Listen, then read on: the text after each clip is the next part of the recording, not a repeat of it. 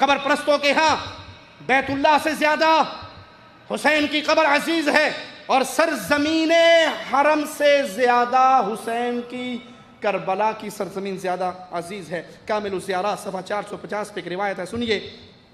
عن ابی عبداللہ علیہ السلام قال ان ارض الكعبة قالت من مثلی وقد بنی بیت اللہ علی ظہری ویأتینی الناس من کل فج عمیق وجعلت حرم اللہ وامنہ۔ میری جیسی اور کون ہے؟ میں بڑی خوش نصیب سرزمین ہوں۔ بیت اللہ کی زمین نے ایک دن کہا کہ میں اتنی پیاری ہوں، میرے اوپر اللہ کا گھر بنا ہے، میری پشت پہ اللہ کا گھر بنا ہے، دنیا گاؤں گاؤں دیہات دیہات سے اکٹھی ہو کے میری طرف کھینچی چلی آتی ہے، میں اللہ کی طرف سے امن والی جگہ ہوں، حرم کہلایا گیا ہے۔ اتنا سننا تھا۔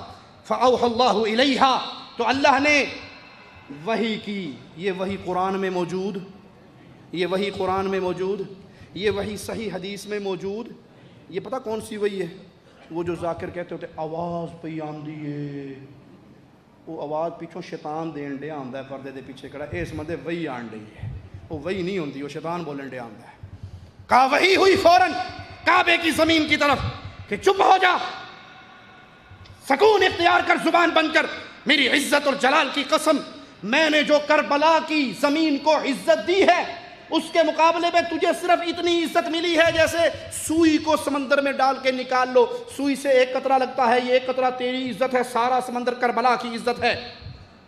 اور خاموش ہو اور سن، اگر کربلا کی مٹی نہ ہوتی تجھے فضیلت نہ بخشتا، اگر کربلا کو پیدا نہ کرتا تجھے پیدا نہ کرتا، وہ گھر پیدا نہ کرتا جس پہ تو فخر کر رہی ہے، اسی فضیلت پہ راضی ہو جا جو تجھے ملی ہے اور سکون کر، تواضع اختیار کر، ذلیل و رسوا ہو کر کربلا کی سرزمین کے سامنے سر جھکا، وگرنہ میں تجھ پہ ناراض ہو کر تجھے جہنم کی آگ میں جلا دوں گا۔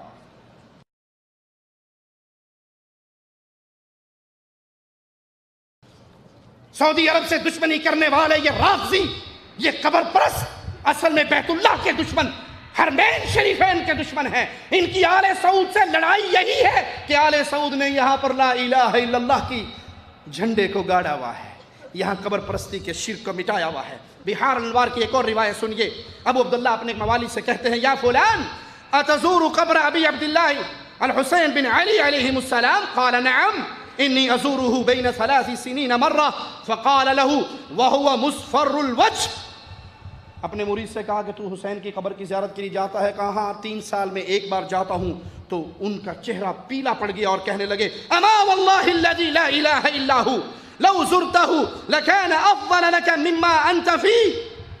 اگر تو اس کی زیادہ کثرت سے زیارت کرے تو جو تو کچھ کر رہا ہے اس سے زیادہ بہتر ہو۔ تو میں نے کہا یہ سارا فضل اس کے لیے ہے؟ کہا ہاں مزید سنو، واللہ لو انی حدثتکم بفضل زیارتی وبفضل قبرہ لترکتم الحج رأسا وما حج منکم احد۔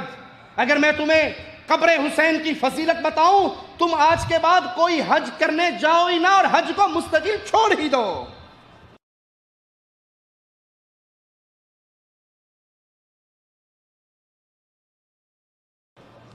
اللہ نے کربلا کو حرم بنایا، مکہ کو حرم بنانے سے پہلے۔ ملا باقر مجلسی مزید لکھتا ہے، ان ابی عبداللہ علیہ السلام من زار قبر ابی عبداللہ علیہ السلام یوم عاشورہ عارفا بحقہ کان کمن زار اللہ فی عرشہ، انا للہ و انا الیہ راجعون۔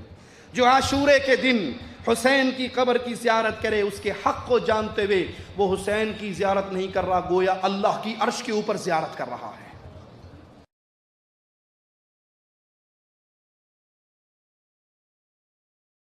بعض الأحاديث وكثير من الأحاديث التي وردت في زيارة الإمام الحسين عليه السلام وزيارة الأئمة أنه وردت هذه المضامين من زار الحسين عليه السلام.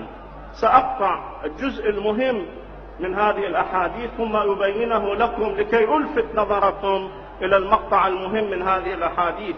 من زار الحسين فكأنما زار الله في عرشه. في حديث آخر من زار الحسين، ثم لا أذكر هذا المقطع المهم، كتبه الله في أعلى عليين. في زيارة للإمام، في رواية في بيان فضل زيارة الإمام الرضا عليه السلام، من زاره ولا أذكر هذا المقطع وجبت له الجنة. لاحظوا إخواني، لابد أن نتأمل، نتفكر، نتدبر. هذه المنزلة الرفيعة، هذا المقام السامي، أن يكتب الإنسان في أعلى عليين، أن توجب له الجنة، أن تكون زيارته زيارة الله في عرشه. أي زيارة هذه التي توصل إلى هذا المقام الرفيع والمنزلة السامية؟